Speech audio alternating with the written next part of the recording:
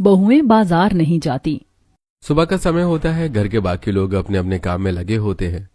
ज्योति सुन, कल मैंने ऑनलाइन सब्जी मंगवाई थी ना, 2 किलो टमाटर बोले थे और आए पूरे आधे सड़े हुए। अगर हम दोनों खुद बाजार जा पाते तो कितना अच्छा सामान चुनकर ला सकते थे।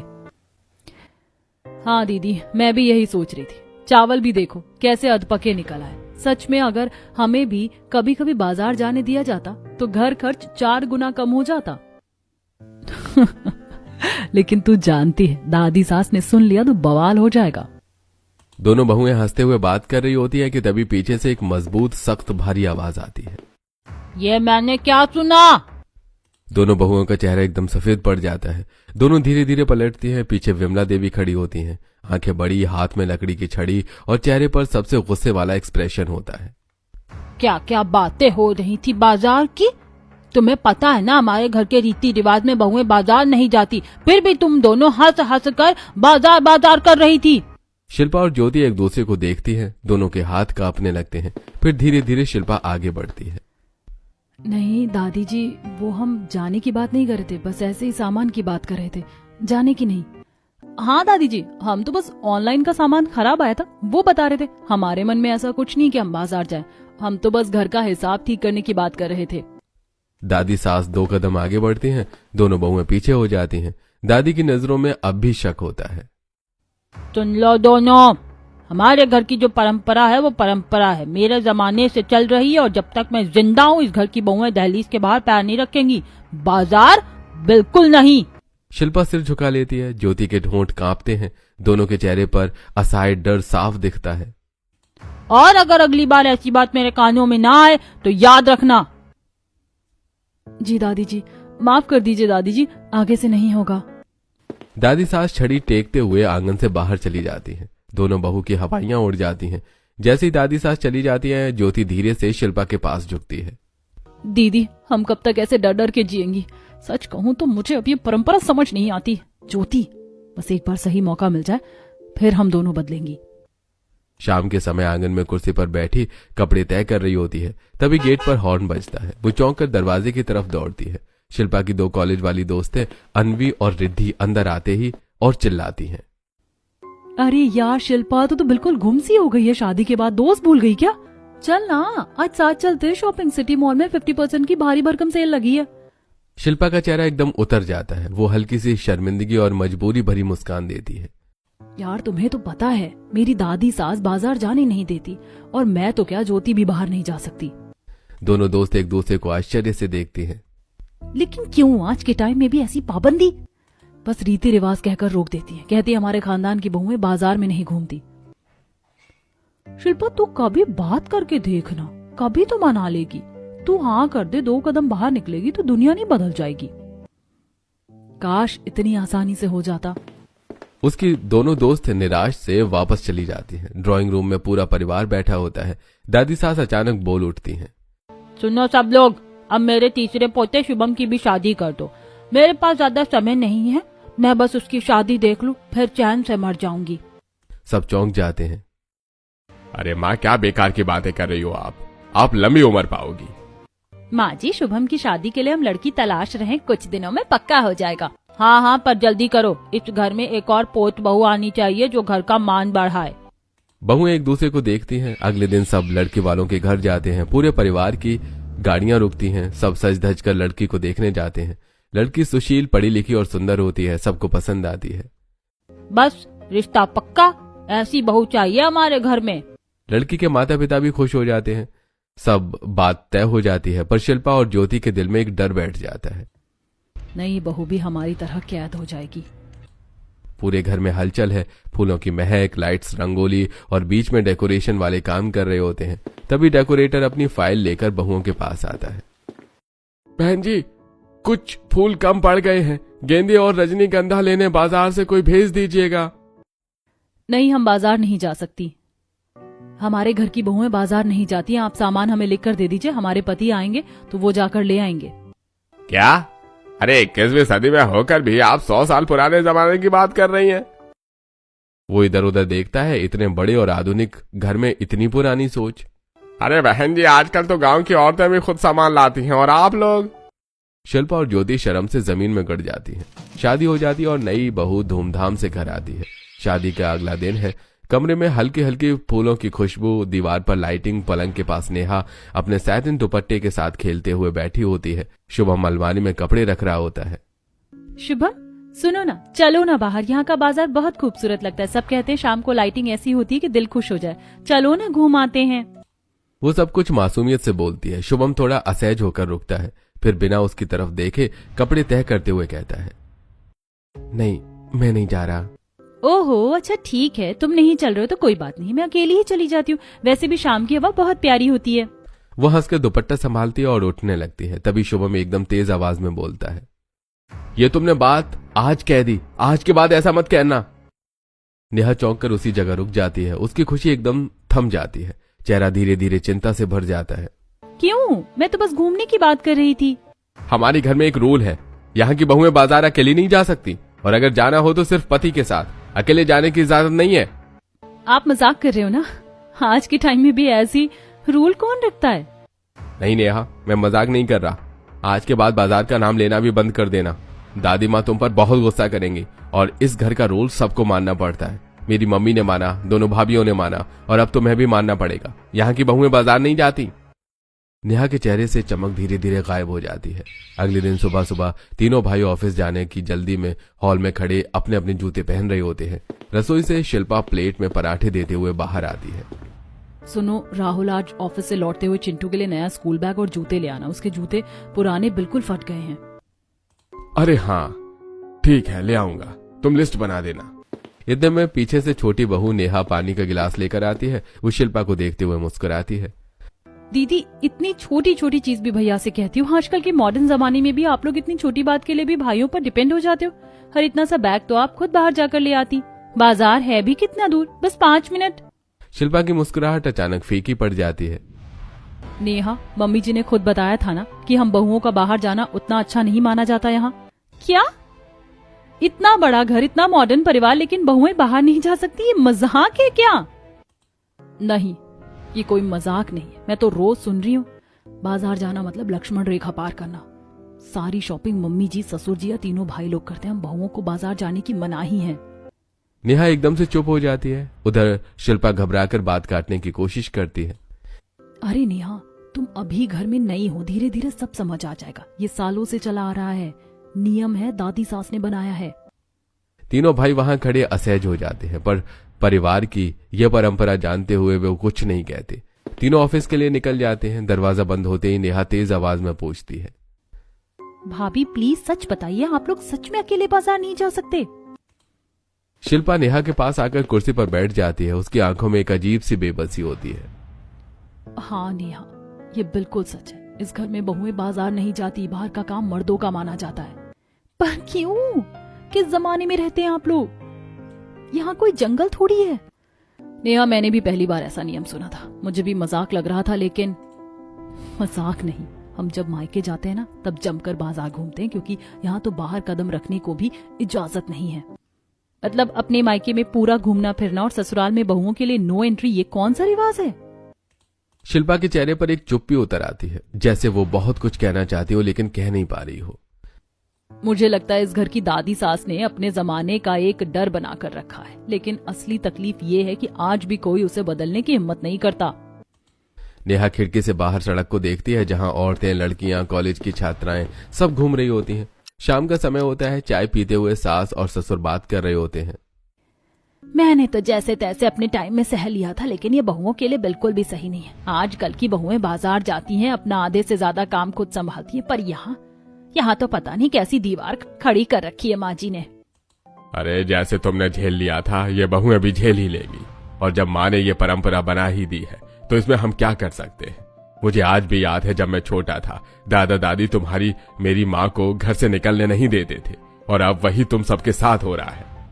लेकिन ऐसा कब तक चलेगा? जिस दर्द से मैं गुजरी, वही दर्द मैं अपनी बहुओं को क्यों दूं? मैं भी चाहती हूँ बाहर जाऊं, सामान्य जीवन जीऊं, पर मेरे टाइम पर इतनी सुविधा नहीं थी। पर अब समय बदल चुका है और हम अब भी पुरानी परंपराओं में जकड़े हैं।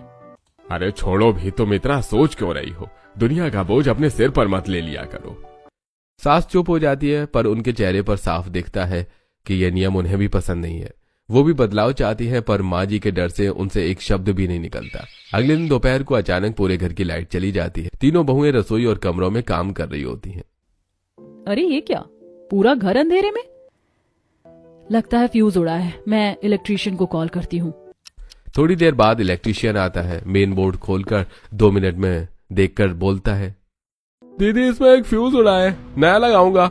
आप बस पास वाली दुकान से एक फ्यूज ला दो। भैया आप ही ले आओ ना, हम बहुएं तो बाजार नहीं जा सकते। अरे दीदी मेरा काम सिर्फ लगाना है, लाना नहीं। मैं किसी के लिए बाजार के काम नहीं करता।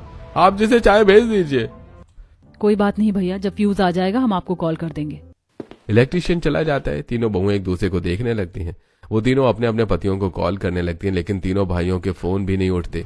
पूरा घर अंधेरे में। रसोई का काम रुक जाता है। वॉशिंग मशीन, कूलर, टीवी सब बंद हो जाता है। शिल्पा थक कर सोफे पर बैठ जाती है। आज पूरा दिन ऐसे ही जाएगा शायद। दीदी ये कैसा घर है?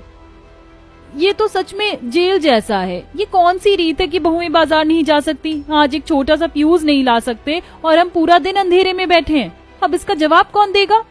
तुम बिल्कुल सही कह रही हो नेहा। तुम तो अभी नई नहीं आई हो। हम तो सालों से ऐसे ही घुट रहे हैं। दम घुटने लगता है इस बंदिश में। हमने दादी सास को कई बार समझाया पर उन पर कोई असर नहीं होता। हम क्या कर सकते हैं? परंपरा तोड़ने की हिम्मत किसी में नहीं। नहीं दीदी ऐसे नहीं चल सकता। कुछ न कुछ तो करना ही पड़ेगा। हम ऐसे अंधेरे में और इस कैद में तो नहीं जी सकते। अगले दिन रात के लगभग 8 बज चुके थे। रिश्तेदार के यहाँ शादी कल सुबह होती है। पूरे घर में भाग दौड़ और जाने की तैयारी चल रही होती है, लेकिन तीनों बहुएं ड्राइंग रूम में मायूस बैठी होती हैं। वो सुबह अपने अपने पतियों का इंतजार कर रही होती हैं ताकि वो उन्हें बाजार लेकर जाएं, पर तीनों ही ऑफिस से लेट हो रहे होते हैं।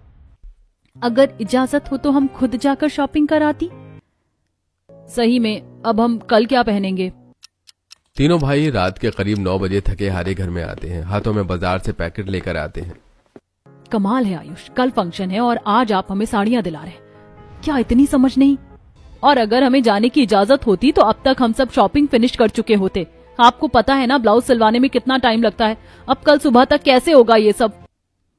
और ये फॉल पिको और फॉल टेपिंग करवाने में 2-3 घंटे लगते हैं। कल फंक्शन है, क्या हम रातों रात जादू से सब तैयार कर लें?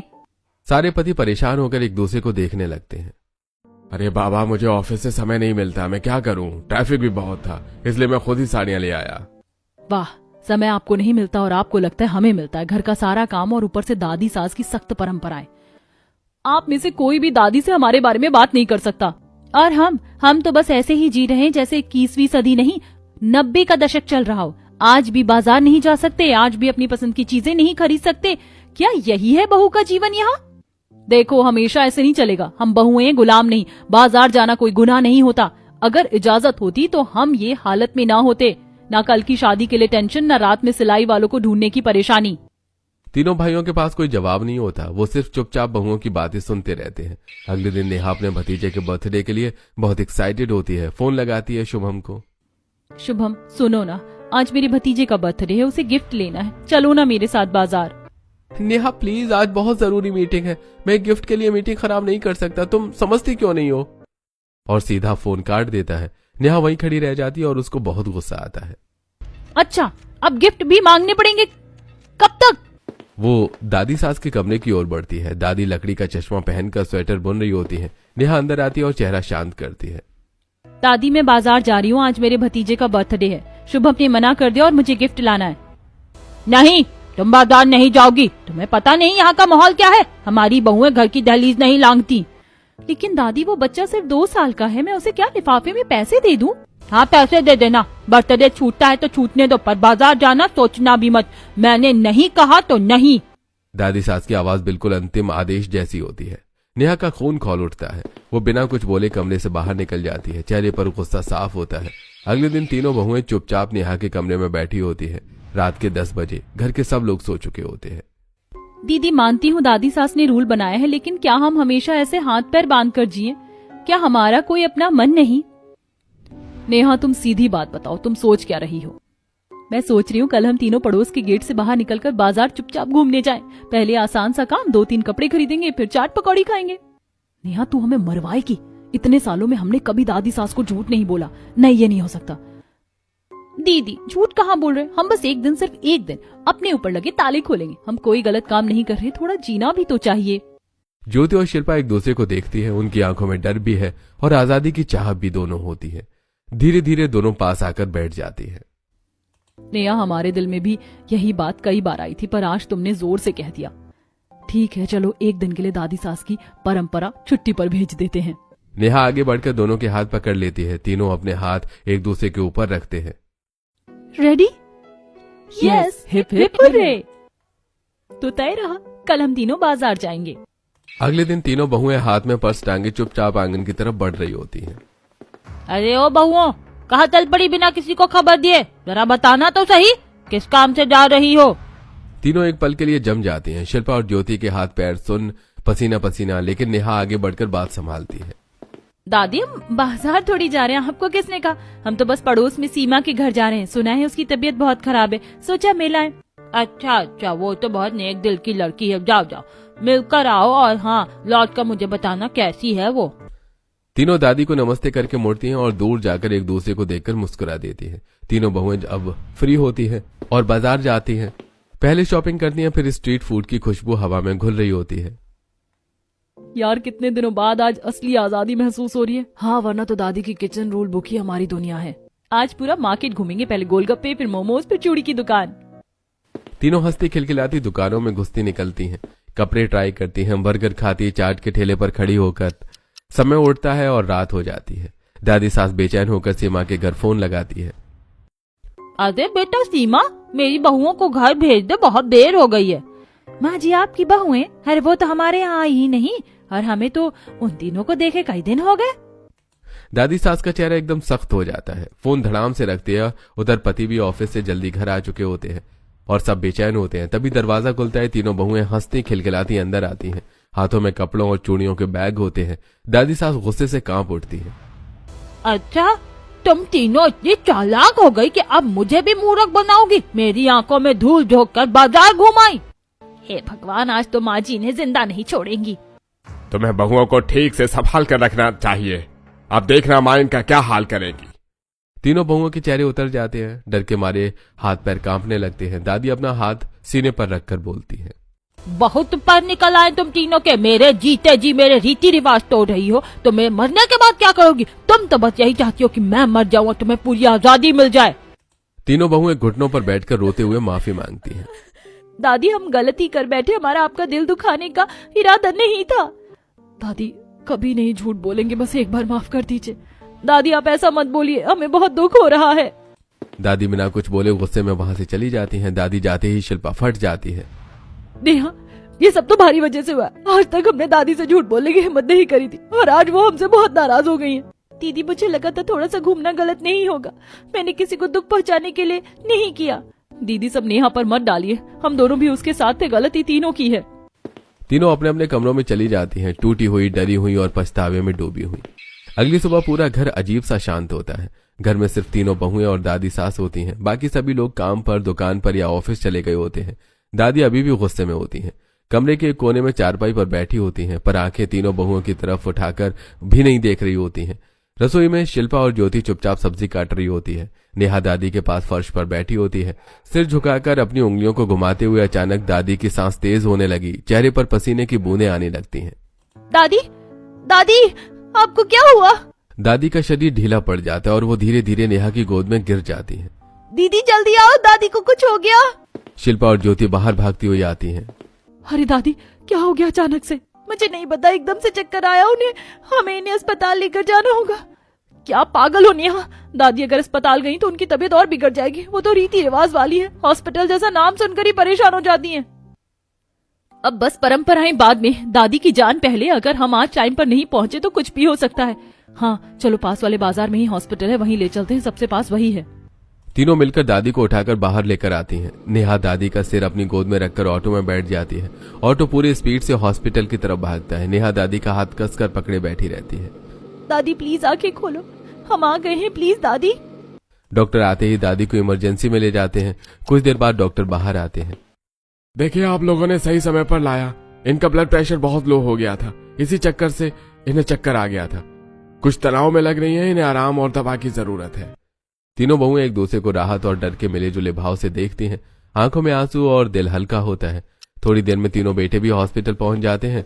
दादी को घर ले जाने की तैयारी होती है। दादी होश में आते ही तीनों बहुओं को घूर कर देखती हैं। तुम लोगों ने अपने पतियों को फोन क्यों नहीं किया?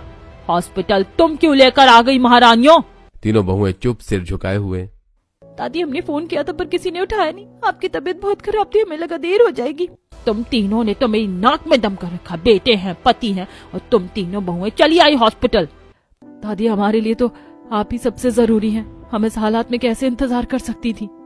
दादी कुछ नहीं बोलती, बस करवट घुमा लेती है। नेहा धीरे से दादी के पास बैठती है। दादी आज हम एक बात जानना चाहते हैं, ये बाजार न जाने का नियम आपने क्यों बनाया? कभी कारण बताया तो नहीं? शिल्पा और ज्योति भी सिर हिलाती है। हाँ दादी हम जानना चाहते हैं। दादी के चेहरे पर वर्षों पुराना दर्द उभरता है। जब मैं नई नई बहू बनकर इस घर आई थी तब मैं बहुत सुंदर थी। पूरा मोहल्ला जानता था मेरे रूप की, बहुत बातें होती थी। सब चुप ध्यान से सुन रहे होते हैं। एक दिन मैं अकेली बाजार चली गई और उस समय बहुओं का बाहर जाना अच्छा नहीं माना जाता था। वहाँ कुछ बदमाशों ने मेरे साथ बदतमीजी की। मैं रोती हुई घर लौटी। मैंने सोचा था मेरा पति मेरा साथ देंगे, मेरे ससुर मेरी रक्षा करेंगे, पर उन्होंने तो उल्टा मुझे ही दोषी बना दिया। कह दिया तुम्हारा बाहर जाना गलत है, अब कभी बाजार मत जाना। बस उस दिन से घर की दहलीज ही मेरी दुनिया बन गई। मैंने अपनी सास की बात मान ली, अपने पति की बात मान ली, और तुम्हारी सास को भी बाजार नहीं जाने दिया, क्योंकि डर हमेशा मेरे दिल में बसा रहा। नेहा की आंखें भर आती हैं। नेहा धीरे से दादी का हाथ पकड़ती है। मैं दादी को बेवजह गलत समझ रही थी। मुझे लगा वो हमें रोकती हैं, दबाती हैं, लेकिन उनके साथ तो बहुत बुरा हुआ था। दादी हम आपकी बात समझ गए, पर अब समय बदल चुका है। हाँ दादी, अब तो बस एक फोन कॉल पर पुलिस आ जाती है। औरतें नौकरी करती हैं, गाड़ी चलाती, पूरी रात ड्यूटी करती हैं। आपने जो सहा वो गलत था दादी। उसे रोकना चाहिए था, ना कि आने वाली पीढ़ी को उसी डर में बांध देना चाहिए था। दादी आपका जमाना तो गुजर गया, पर हमारा क्या? हम अपने बच्चों को क्या बताएंगे कि हमारी दादी डरती थी, इसीलिए हम भी डर कर बैठे रहे। दादी बहुओं की बातों से कुछ सोच में पड़ जाती हैं। दादी आंखें बंद करके गहरी सांस लेती हैं और कुछ पल के बाद, शायद तुम तीनों सही कह रही हो। शायद सच में समय बदल गया है। शायद ये डर अब खत्म होना चाहिए। तीनों बहुएं खुशी और उम्मीद में एक दूसरे को देखती हैं। आज से इस घर में बाजार जाने की कोई मनाही नहीं है। जिसका जब मन करे जा सकती हैं। तीनों बहुएं फिर खुशी से उछल पड़ती हैं। सच दादी, सचमुच? हाँ, अब तुम्हारा जमाना है, अपने तरीके से जियो। तीनों बहुएं दादी को जोर से गले लगा लेती हैं। दादी के चेहरे पर सालों बाद एक सच्ची मुस्कान खिलती है। दादी आपने सिर्फ एक नियम नहीं तोड़ा, एक डर को मिटाया है। धन्यवाद दादी। दादी तीनों के सिर पर हाथ फेरती हैं। बस इतना वादा करो, जहाँ भी जाओ समझदारी से जाना, हमेशा एक दूसरे का साथ देना। माँ जी मुझे भी यही सब करना था।